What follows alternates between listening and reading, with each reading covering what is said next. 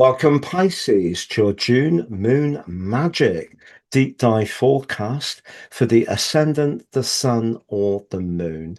We have four key lunations in the month of June, but right at the end of May, we had that Sagittarius full moon, and that provides a backdrop energy through to the middle of the new month. I'm going to unpack each of those five lunations, but from a purely Pisces viewpoint. The moon, very much about our feelings, our instincts, nurture, protectiveness, security, where we live, who with, and how, and also our family dynamics. Very much the lunar principle. By the end of the video, you have a clear picture of what's upcoming from that perspective as far as your energy, work, relationships, or finances. I'm astrologer Patrick Arundel. A very warm welcome. If you've yet to subscribe to my channel, please do so now to help it to continue to thrive. But please also click or tap the bell notification symbol. That Sagittarius blue moon right at the end of May on the screen now. And the moon for you in the free-spirited, sometimes outspoken sign of Sagittarius is in the most visible part of your chart. So the first 2 weeks of June are likely to see your emotions quite close to the surface.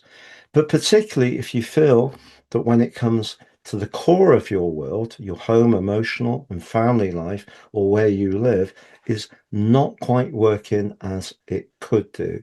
The moon in Sagittarius can definitely be a freedom seeker, but also it can be a truth speaker. And that may seem some issues come out into the open, not least Pisces, because Mars, the planet of drive, passion, and assertion, was in a quincunx with the position of the moon. So whether it is at work where you're not feeling it, or whether it is at home, Mars suggests it's going to be difficult for you not to say how you feel. But that's not necessarily a bad thing.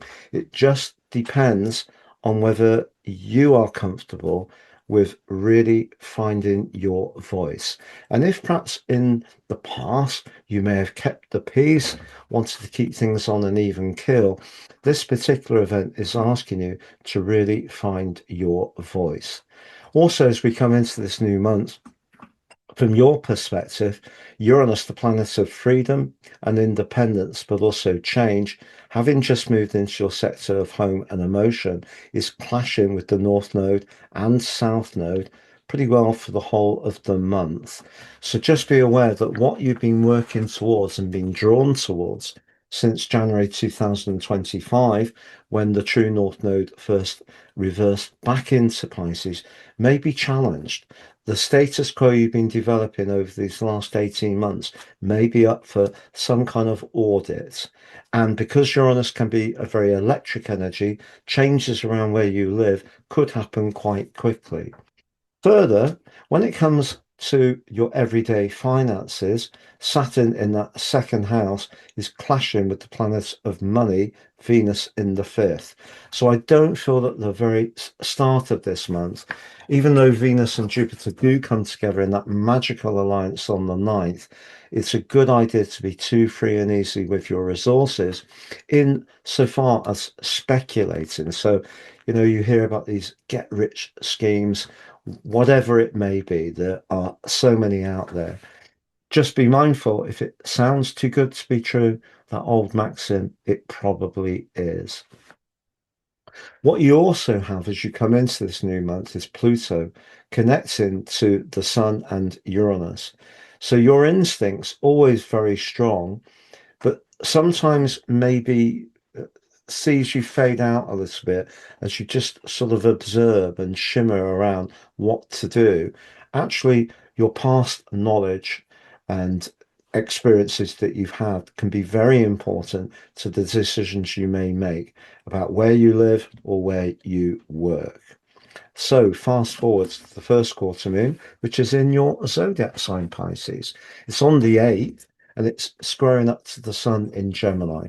Both mutable, so can flex, but the moon in your sign makes you much more aware of what you need individually, but it's in a square with the sun, which is asking you to be conscious of your emotional and home situation, you could find yourself a bit conflicted about something and what to do. Fortunately, Venus is linking with your traditional ruler Jupiter quite beautifully on that event.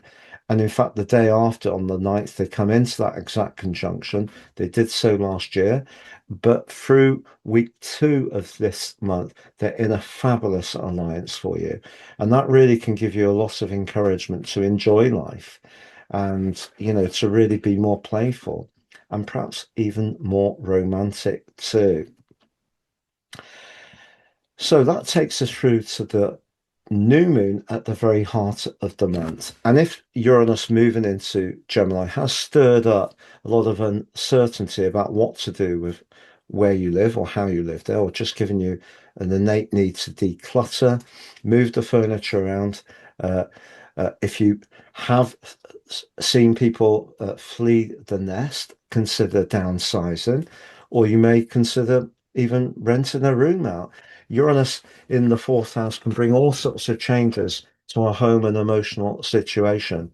But this new moon gives you a chance to get it all more in balance, not least because there's two semi-sextiles which feed into it, which are really helpful. Mars applies to them, suggesting your voice, feeding into how you feel. And also, Mars links brilliantly to Mercury in a playful part of your chart, suggesting your words can not only be enthusiastic, they can really hit home with brilliant ideas. And then Mars and Jupiter back to the moon position. If you are a homemaker or creator or have artistic talent and your home is very important as a hub, I think it really can sparkle into life on this particular new moon. So that has lots of potential for you. Now, Venus by now has moved into your sixth house. That happened on the 13th of the month. But you can see that Chiron is just on the cusp of moving out of Aries, where it's been for the last 7 years, apart uh, of obviously including its retrogrades. It's going to move for 3 months into Taurus on the 19th. So when we go through to the next lunation, which is the Libra quarter moon, that's on the 21st of the month. The sun has just moved into Cancer. We've had the solstice. It's the beginning of cardinal quadrant uh, 2, and you can see the sun does forge a lovely link to Chiron. So your words can carry more power the further we go into this month, but the sun joining up with Mercury and Jupiter is is really lovely because the fifth house is really urging you to enjoy yourself. Whether you like to just tuck in at home and watch a lovely film, have a really nice treatment, go to somewhere that's a bit luxurious, have a wonderful meal, a spa day. All of those things really can come to life on this quarter moon. And particularly because Mars is linking so productively to Mercury and Jupiter, what's not to like? Well, if you're in a romantic relationship where your desire for pleasure doesn't match your partner's desire, you have different instincts. If it is really stark, that could show up, especially if you feel they're being a bit controlling.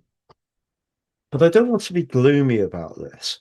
You know, it's a quarter moon that has lots of good things going for it, frankly. So I would rather put the emphasis on that. But that does bring us to the last event of the month, the Capricorn full moon. It occurs on the 29th. The moon in Capricorn is detrimented, but for you, it occurs in the part of your situation to do with your future hopes. So whatever you're manifesting in terms of fun, pleasure, joy, this fifth house energy, does it really fit who you truly are in terms of your values? And does it work practically for you, Capricorn? Also, Mercury turns retrograde on the 29th. So even if you are having some dates planned towards the end of this month, there could be some last minute changes of plan, not least because Mars moved on the 28th into the sign of Gemini and is going to be coming into a contact with Uranus. So things could be a bit helter-skelter in the last few days, but just know that Mars from the 21st through to the 28th is really helping you. So if it's move into Gemini, which can just see your mind working that much quicker, and you have an intense conversation with someone you live with. Maybe it's just about your personal space. Maybe you suddenly do want to move the furnishings around if you didn't do it earlier in the month. You just could find yourself uh, uh, not finding it quite so easy to settle. What does happen at the end of this month is Venus, the planet of relating and money, forges a great link with Saturn.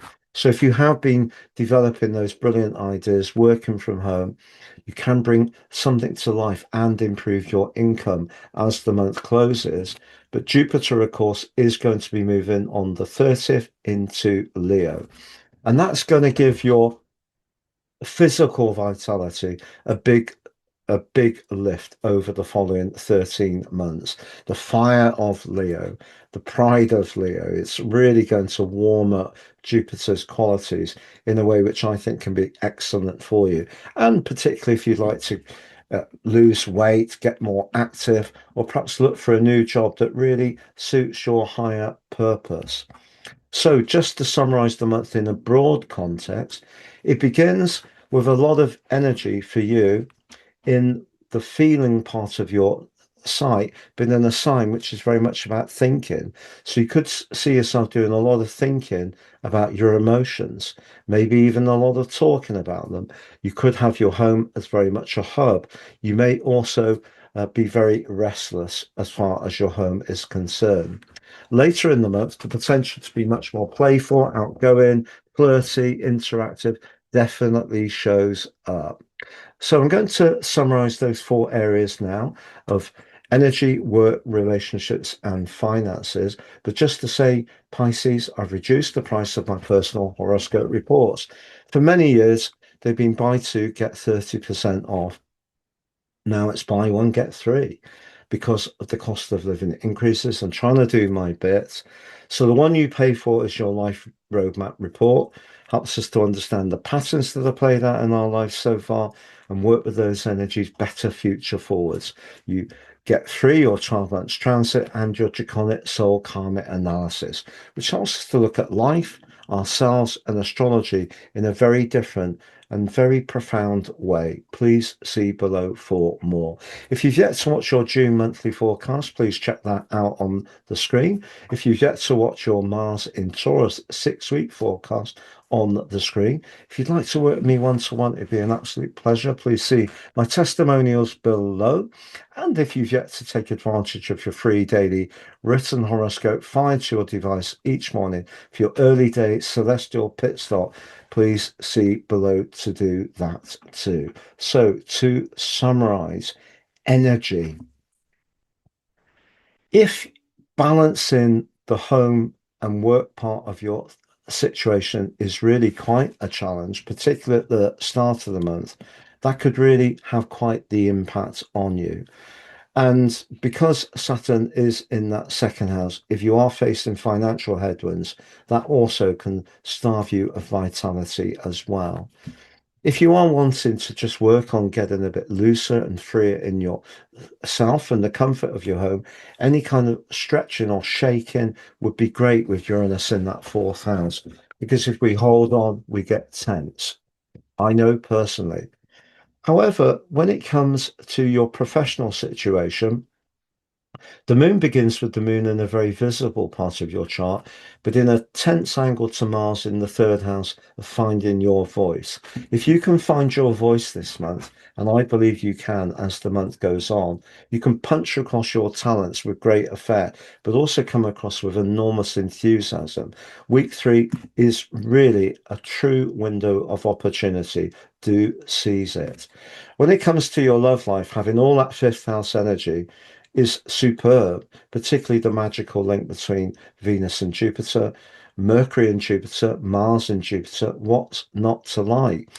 You've also got Chiron moving into the chattiest part of your chart, urging you to overcome any shyness or inhibition.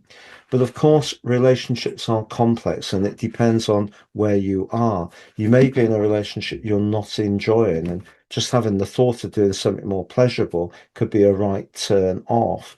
In that context, I think Uranus being in that fourth house is really urging you to take your needs seriously. And if you're thinking a lot about Your finances and where to live, understandable with Saturn and Venus squaring off at the start of this month, but they align brilliantly at the end of the month. Do have confidence that you can change this scenario, but it may mean by actually getting out and linking with others, not necessarily in a nighttime way, but just linking with others can bring a lot back to you in a very constructive way. So if you share some hobbies or pleasures, someone's got an idea of how you could do this, that, or the other. If, however, you're pretty content in a relationship and you get along well at home, I think it can be a relationship of great bliss, a month of great bliss. But if you're single, I really think that it could be a lovely time to just push yourself outside your comfort zone and really enjoy the possibilities. And going back to that unhappy relationship, if that's you, just know with Mars applying to Uranus at the end of the month, that could be the point when you really truly break free. It's been a pleasure being with you, Pisces. All the best for June. Take care and look forward to seeing you again soon.